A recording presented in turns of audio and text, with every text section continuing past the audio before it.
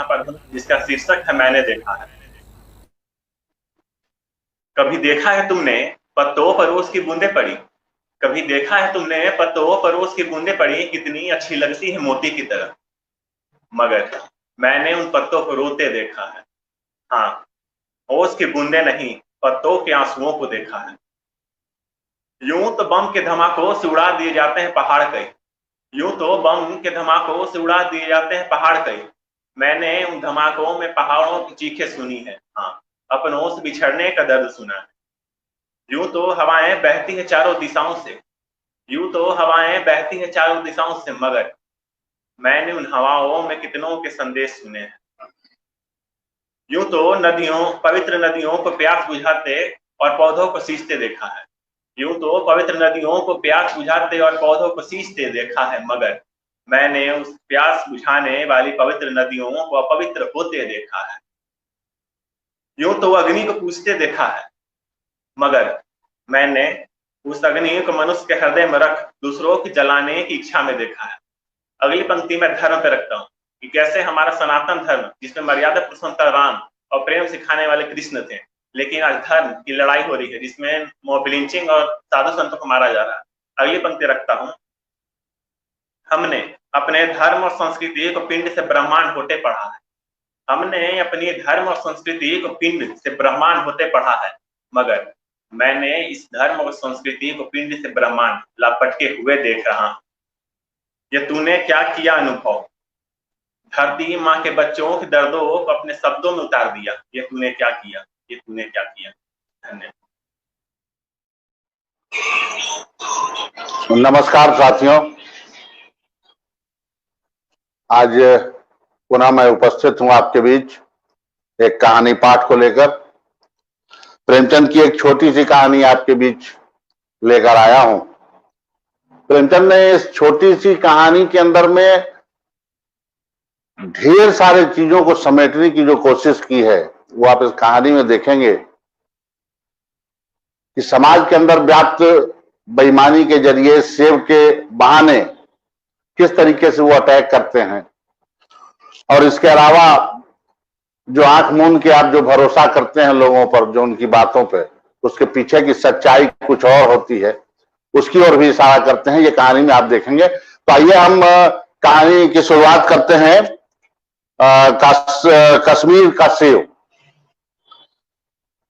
कल शाम को चौक में 2-4 जरूरी सामान खरीदने के लिए गया था। पंजाबी मेवा फरोशों की दुकान रास्ते में ही पड़ती थी। एक दुकान पर बहुत अच्छे रंगदार गुलाबी सेव देखा। उस पर नजर पड़ते ही जी ललचा उठा। आजकल शिक्षित समाज में विटामिन और प्रोटीन के शब्दों में विचार करने की प्रवृत्ति हो गई है। टमाटर को पहले कोई पूछता भी न था, अब टमाटर भोजन का आवश्यक अंग बन गया है।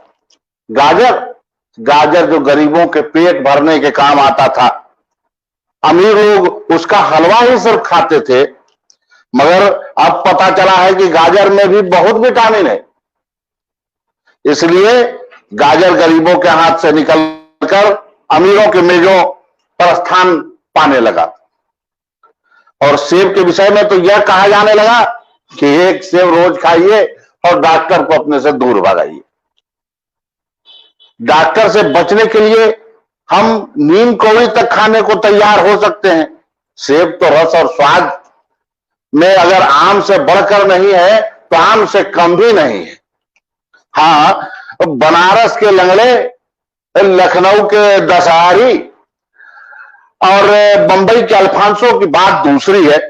उनके टक्कर का फल तो संसार में दूसरा नहीं है, मगर उसमें विटामिन और प्रोटीन है या नहीं, कितना है कितना नहीं, इस विषय पर अभी तक किसी भी पश्चिमी डॉक्टर की व्यवस्था देखने में नहीं आई है। सेब को यह व्यवस्था मिल चुकी है। अब वह केवल स्वाद की चीज नहीं रही, उसमें गुण भी हैं। हमने दुकानदार से मोल भाव किया और आज से सेब मांगे। दुकानदार ने कहा, बाबूजी बड़े मजेदार सेब आए हैं, खास कश्मीर के हैं, आप ले जाएं, खाकर तबीयत खुश हो जाएगी। मैंने रुमाल निकाला और उसको देते हुए कहा, चुन चुन कर रखना। दुकानदार ने तराजू उठाई और अपने नौकर से बोला, लौंडे आधा सेब कश्मीरी सेब निकाल ला, चुनकर लाना। लौंडा 4 सेब ले आया। दुकानदार ने तौला, एक लिफाफे में भरकर और रुमाल में बांधकर मुझे पकड़ा दिया। मैंने 4 आने उसके हाथ में दे दिए। घर आकर लिफाफा ज्यों का त्यों रख दिया।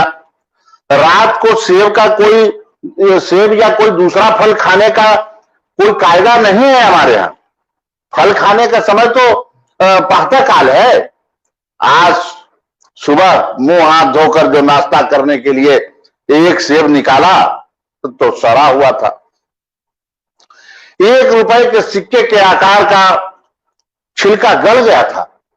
समझा रात को दुकानदार ने देखा न होगा। दूसरा निकाला मगर वह आधा सड़ा हुआ निकला। अब संदेह हुआ, दुकानदार ने मुझे धोखा तो नहीं दे दिया। तीसरा सेब निकाला, वह सड़ा तो न था मगर एक तरफ दबकर बिल्कुल पिचक गया था। चौथा देखा, बस वह यो तो बेदाग था मगर उसमें एक काला सुराख था, जैसा अक्सर बेरों में हुआ करता है। काटा तो भीतर वैसे ही धब्बे जैसे कीड़े बेर में होते हैं। एक सेब भी खाने लायक नहीं। 4 आने पैसे जाने का इतना गम न हुआ जितना समाज के इस चारित्रिक पतन का। दुकानदार ने जानबूझकर मेरे साथ धोखेबाजी का व्यवहार किया। एक सेब सड़ा हुआ होता तो मैं उसको क्षमा कर देता, क्षमा योग्य समझता, सोचता उसकी निगाह न पड़ी होगी, मगर 4 के चारों खराब निकल जाए, यह तो साफ धोखा है। मगर इस धोखे में मेरा भी सहयोग था। मेरा उसके हाथ में रुमाल देना मानो उसे धोखा देने की प्रेरणा थी। उसने भांप लिया कि महाशय अपनी आंखों से कम काम लेने वाले जीव नहीं है और न इतने चौकस हैं कि घर से लौटाने आएंगे। आदमी बेईमानी तभी करता है जब उसे अवसर मिलता है। बेईमानी का अवसर देना, चाहे वह अपने ढीलेपन से हो या सहज विश्वास से, बेईमानी में सहयोग देना है। पढ़े लिखे बाबुओं और कर्मचारियों पर तो अब कोई विश्वास करता नहीं।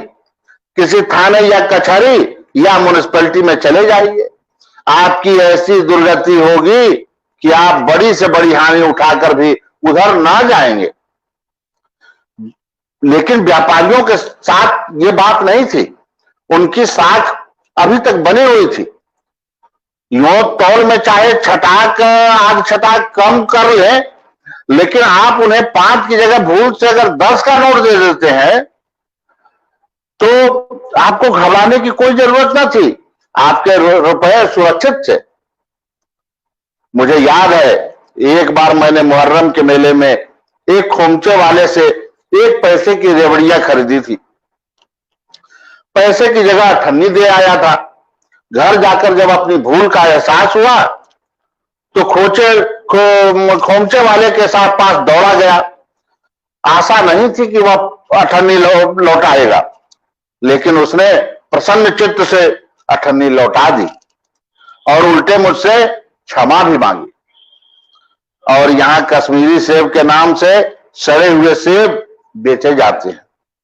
मुझे आशा है पाठक बाजार में जाकर मेरी तरह आंख बंद कर सामान नहीं खरीदेंगे, नहीं तो उन्हें भी कश्मीरी सेब ही मिलेंगे। धन्यवाद साथियों।